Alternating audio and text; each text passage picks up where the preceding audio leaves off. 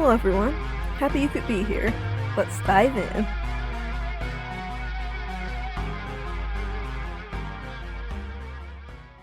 Sit at My Grave, Season 3, Ego's Death, Chapter 27.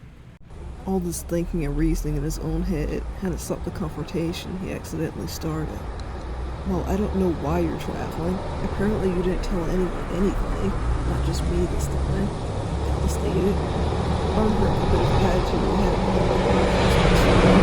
moment I took him over to the fence and attacked him back, but he didn't like where this was going. Why is he questioning me like that? He has the opportunity to pursue his passion at a cushy college, his family waiting on him, and was to act so entitled to hear everything about me. I don't think the start up. Well, I'm studying too, Arden explained. He climbed small stone stairs, struggling to drag his luggage while holding his phone. The temperature was getting a bit harsher as time was ticking on, but he was determined to get as close as he could to his destination before breaking. Jet lag, along with everything else, was putting heaviness on his body. So why do you have to lie about it? Galen questioned coolly, shocking Arden. He avoided confrontation like a nasty plague, but being in new environments changed people.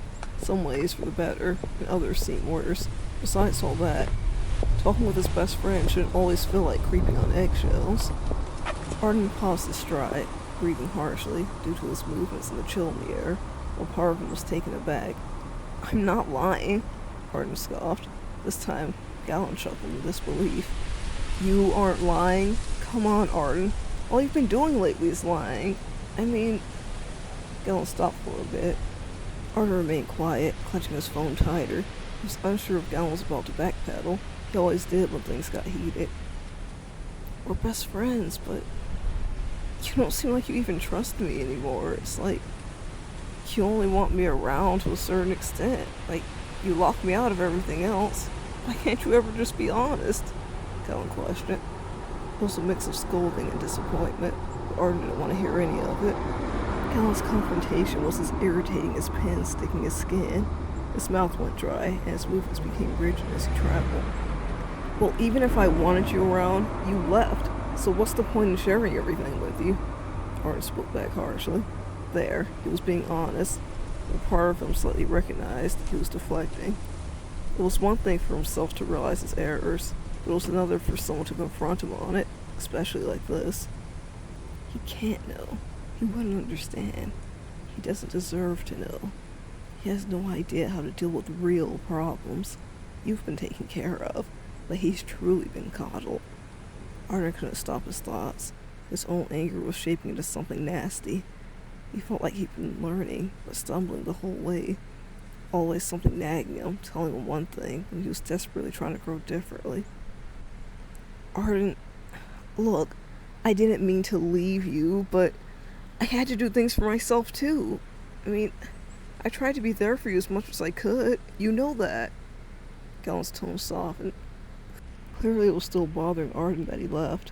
This wasn't the first time it had been brought up.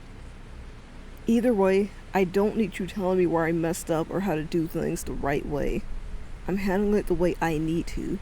Just don't get all mad when you don't know everything. You aren't here, so you don't know. Arden continued. He now stood, waiting on another booked taxi. Things were different here, but he was awkwardly getting the hang of it. The warmth in his chest contrasted to the chill around him, and from the words spilling past his lips. Arden, I'm not telling you the right way. I never said I knew it. Just, if you're shutting people out and going on these solo trips, maybe it's time to realize you aren't able to handle this grief in a healthy way. You need help. Obviously you didn't want it from me. Maybe you just need a professional, Galen responded.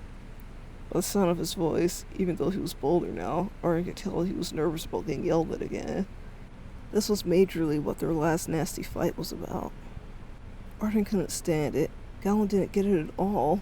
He was tired of his weak solutions. It rubbed him wrong. Arden opened his mouth to speak, watching his headlights drew near, but Galen beat him to it. Reed wouldn't want you being like this. He'd want you to live your life. You have to put this behind you, Galen told him.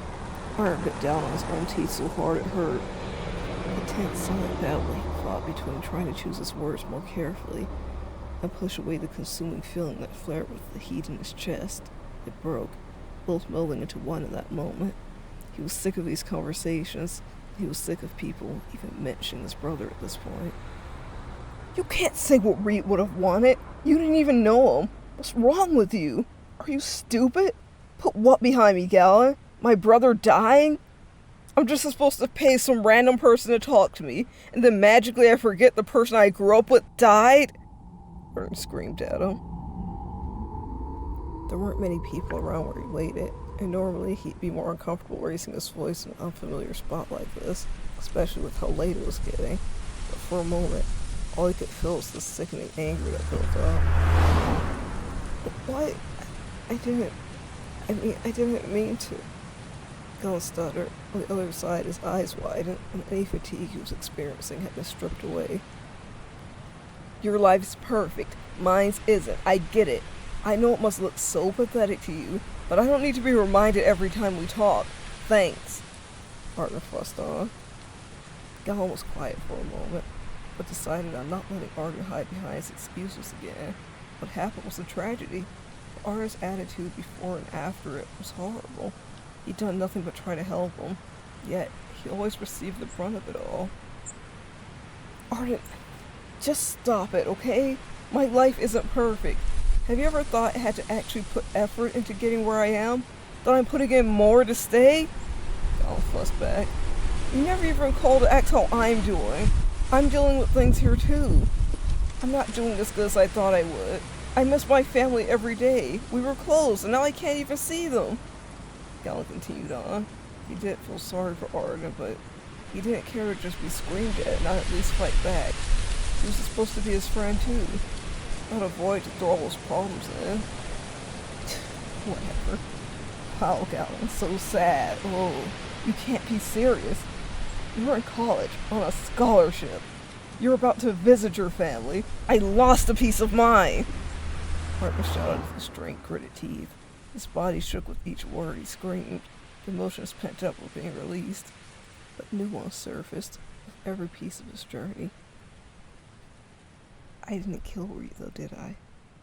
Stop saying you lost him, when you're the one to blame. You're the murderer. The wind was knocked out of Arden. He almost dropped his phone. The words were clear as day, but Galen couldn't know. No one knew.